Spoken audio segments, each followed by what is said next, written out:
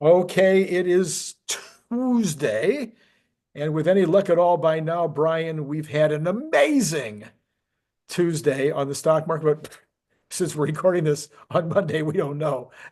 But I have asked you to prepare me a list of questions that if you had the power, if you could rub the genie and you could get the opportunity to ask Elon anything that you wanted to know about Tesla primarily.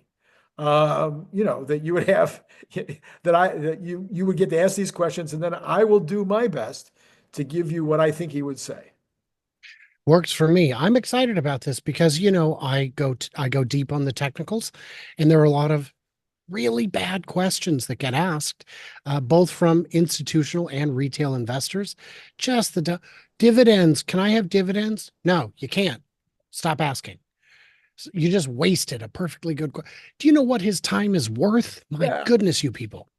So, first question: Okay, Where I'm are ready. I'm we? ready. Where are we at with 4680 production in Texas and Berlin? Okay, where we are is that we are approaching fully ramped on the first two lines in Austin. And how And many out of how many? I'm sorry, it's two lines, which there are two lines. It's four Two lines, sides. like two Mhm. sides. And anyway, there's half of the lines, the 100 potential 100 gigawatt hours. We're almost fully ramped. We're not quite there, but we're getting close. So close that we've decided to bring in the other four, the other half to get us to 200 gigawatt hours. That equipment is now being loaded, and we would only load it, of course, if we were very close to getting to 100% on the first half. So there you are. Any moment now we could be there. And yeah, that's all there is to say about Austin. Berlin, though, we're kind of waiting. Same thing. We'd like to really be 100% sure that we've got it all dialed in perfectly. So sometime in the next couple of months, we'll probably start purchasing and or sending equipment to Berlin so that we can start ramping in Berlin as well. Okay. And those acceptable, acceptable. And although this isn't my show, I will mention that, guys, I will check the comments. I want to hear your answers to these questions and also what questions you would ask, because I think That would be those are good. interesting points. Yep. How is the installation and production of LFP battery equipment going in Nevada?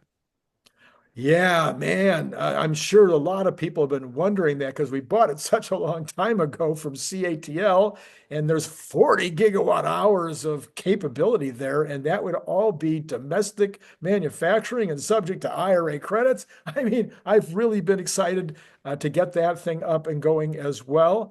I should call and check and see how they're. Oh, no. So, yeah, one of the issues was we were kind of waiting for the LFP, the new patented method that we have. So we kind of slowed Mm. down for a minute because we have this new patented method, which is going to reduce the cost of operation dramatically. And we thought, why go ahead and start with one method that is more expensive when we're like on the cusp? So yeah, we're going to employ that new patent that Randy Kirk, you watch his channel, I do every day.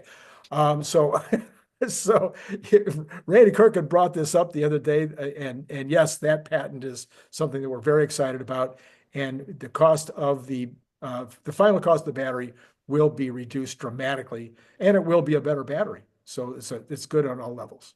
Well, I'm glad I'm asking these questions to Elon because otherwise, the question I would ask to Randy Kirk is, can you draw a clock face for me? Because I'm worried about your mental state. Okay. Can you reiterate or clarify the previously suggested Optimus rollout for 2025? Oh, well, I can certainly restate it. So then we'll decide if I'm going to revise it. We are looking at 2025. We're looking at 1 to 5,000. Looking at 1 to 5,000 Optimi that will be produced, and they will be distributed throughout this factory and maybe some other factories.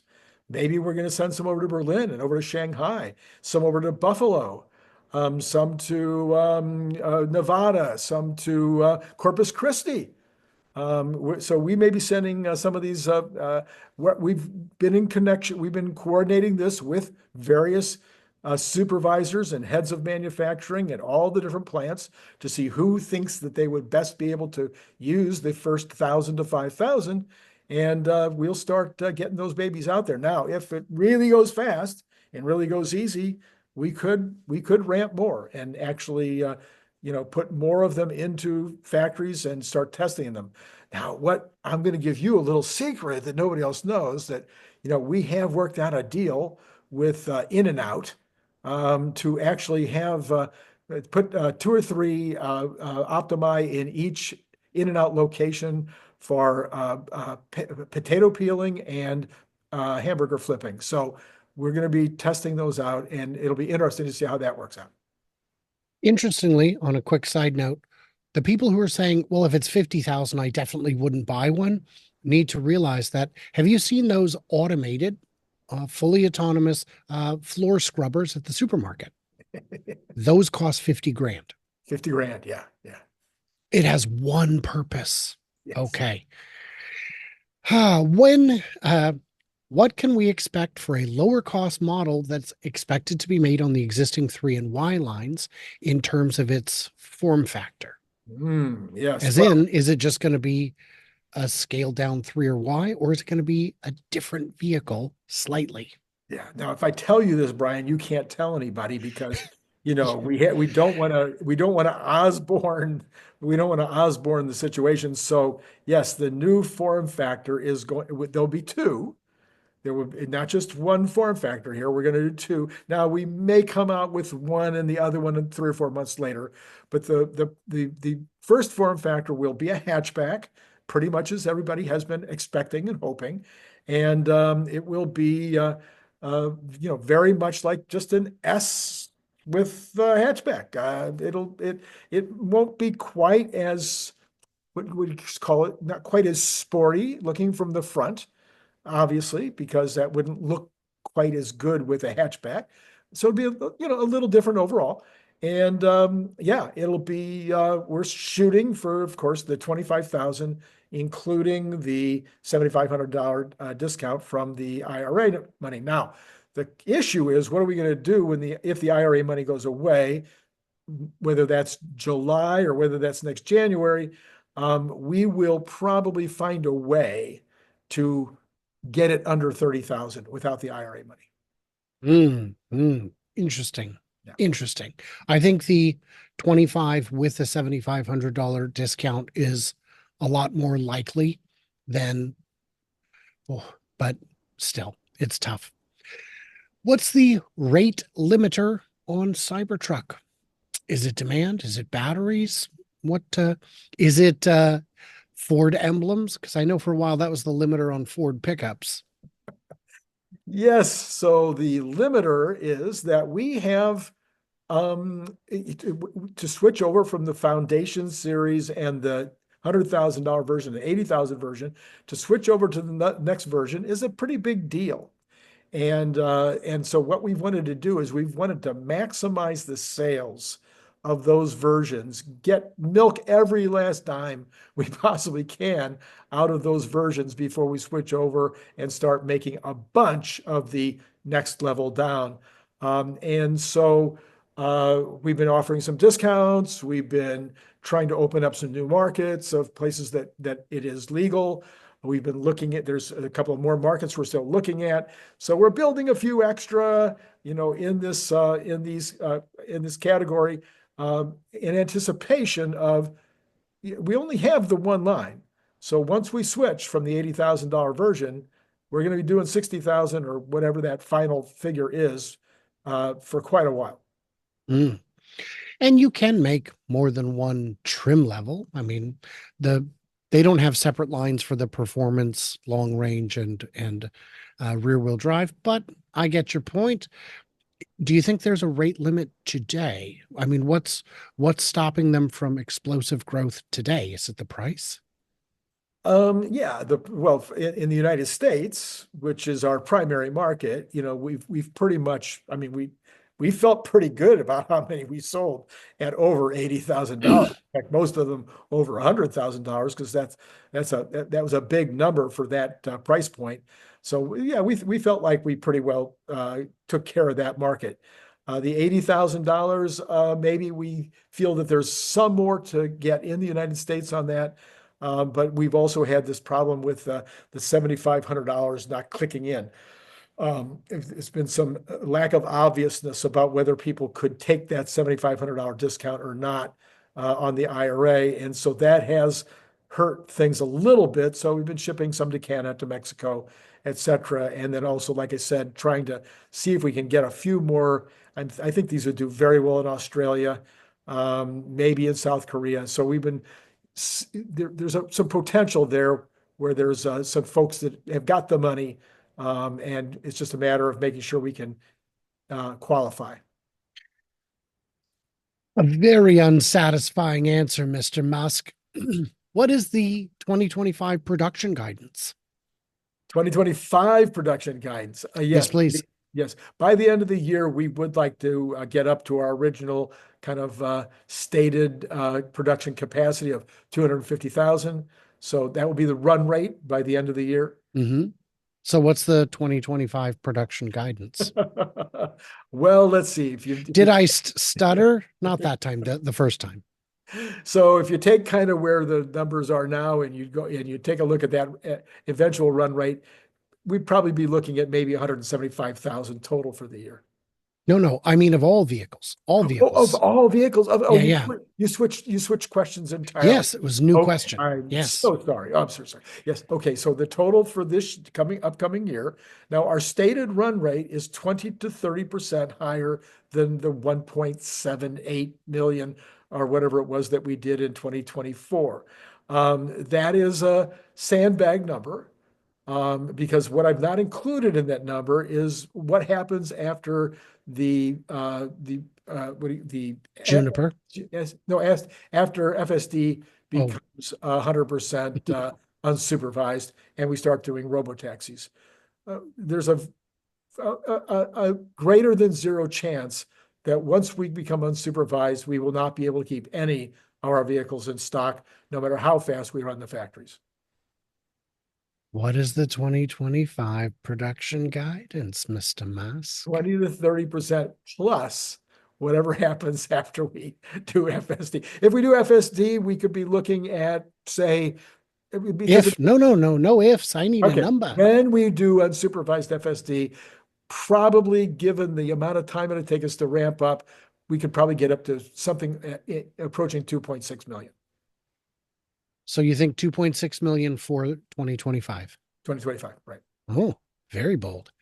When will we see the next MegaPactory announcement and where? Yes, I'm sure many people have been wondering that, and we have been working overtime. We now have, because we've got the Shanghai factory rolling now and starting to put out product, everything's looking pretty good. We'll give it another month.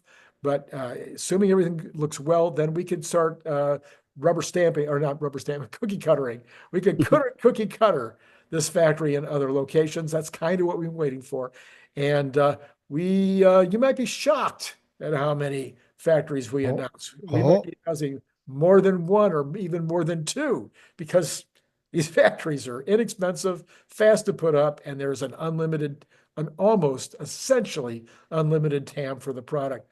So we're looking, of course, at East Coast of the United States. It's an obvious one because you want to build these things close to where you're going to ship them. Of course, there's some advantages to building them close to where the raw materials are as well, or to where the batteries are being made. So there's possibilities that we'll also do some additional battery production elsewhere. But we're definitely looking at let's just say we haven't made a decision yet, but someplace in South Asia, as opposed to in China. We'll be looking at South Asia, even though I know everybody's talking about my conversation with the vice president of China during the pre-inauguration party, where he was encouraging us to expand production in China. At least right now, the plans would be more in South Asia. And then, of course, we definitely need to do something in Europe. We might be looking at one of the Eastern European countries where they're a little more capitalistic. Poland, it turns out, is one of the fastest growing, most free countries in Europe right now. Poland is a strong candidate. I think Indonesia, I know people have talked about it. I'm not as convinced it's a strong candidate. Um, there are a lot of good options out there. And the beauty on the MegaPactories is that they only cost like 200 million to put up. And that Yeah. only, Brian, coming up on $250 million is only. Yes, that's an only. You could run it for 5 years, shut it down and sell the factory and make a tremendous profit. So, is Giga Mexico dead? Well, this is something that is currently not, we don't have a real decision. It's not dead in my mind. It's not dead in my expectations of sometime in the future. But what we need right now is more clarification in terms of the overall tariff agreements that we end up having, the trade agreements that we make with Mexico in the upcoming talks. So if we can get a good understanding with Mexico, which I think we will, because the president has proven last time around that he was able to put together a very good agreement with Mexico. If we Obviously not. because he wants a better one, right? Yeah, but things change in 6 years. You get a different timeline.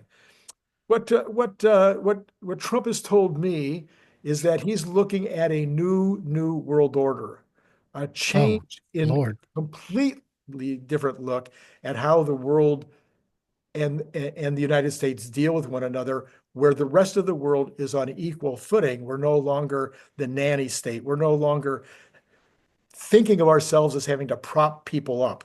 We will be looking at, Invading them. no, not invading. Well, we might want to buy Canada and buy Greenland, but that's a whole other story. Our credit shot. Uh, yeah, I So mean, yes, so we're just so if tariffs are the problem, maybe you shouldn't have gotten that guy elected. I don't know. I'm just thinking out loud here, but all right. When can we expect to see semi, Cybercab, or any other expansion in Berlin? oh Yeah, yes, thank you. Thank yeah. you. The good news on that one is that we definitely have great plans for the semi in Europe. Whether or not we will initially make any there or just ship from Reno is probably will initially ship a bunch from Reno, and then make sure that the market is ready, because initially we thought we might have to make some significant modifications to ship into Europe, but there's based on what we're hearing now, we can maybe ship it as is, and there would be a market for it. Some countries the roads might be a little small, but some of the other applications, it seems like the vehicle would do quite well. Once we move it over to Europe, we'll have to make some of those decisions with regard to modifications, but that's unclear at this time. And then did you ask about Asia? Well, no, just Berlin. And Just the Berlin. Cybercab. Oh, absolutely. We will be making Cybercab in Berlin. That's part of the reason for the space that we still haven't started using. So the Cybercab will be a big deal in the Berlin factory. I'm going to agree with you on probably both points. We've seen preliminary permit applications that have strongly hinted that both of those things are happening. And you see a lot of people who are confident they understand things that they can't. And that Tesla employs armies of people to understand thoroughly that the truck is, if it takes minor modifications, it will be minorly modified. If it doesn't, we're good to go. Yeah, I think they'll probably be more inclined to, like you said, only send a few for validation while they are doing it. So just like the MegaPactory, they'll wait until it's done enough that they can Control C, Control V, boom, build it and get it done. But they'll also need battery supply for it. And maybe that's 4680s from the building next door. We shall see. And I think all of those are reasonable. And because this is Spinal Tap, this list of 10 goes to 11. Ah, Number 10, xAI is apparently going to be doing Optimus. There's something Elon had said in a post on X that um, that you will be using Optimus with xAI's technology. And I thought that Tesla was going to be keeping that AI in house. What's going on there? okay. So the there is no way in the world that I'm going to introduce the speaking car, the talking car, or the talking bot unless they are like my mother, the car, and Hal. I mean, they've got to be really, really, conversational, fun, witty, even sarcastic if you like, and you'll be able to choose that. If you'd like it to talk like your mother, it'll talk like your mother. If you'd like it Oh, to Lord. talk, if you, if you'd like it to talk like your next door neighbor over the fence, we can do that. So this is way beyond the what would you call it, the foundational capabilities of Tesla. So this is something that xAI will be much, much better at with large language models and all the things that they're doing there. And then we'll want to incorporate all of this with the app. So the everything app out of X will be the app for everything, including uh, the the taxi service, including managing your robot. Everything will be in one handy app. Hmm.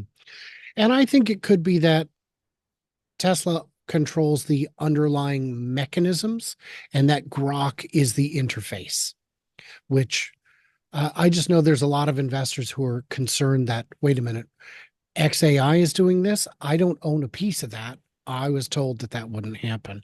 We'll see. And number 11, the final one is, when are you going to start recognizing Brian from Futuraza as a valuable contributor to the Tesla community? Mr. Well, Musk? well, that's second on my list. First on my list is there's this guy who has authored two books about me, and now Two, and two now best-selling books. two best-selling books, and now has a regular YouTube channel and is a massive contributor to my X channel. And I was going to give him an interview.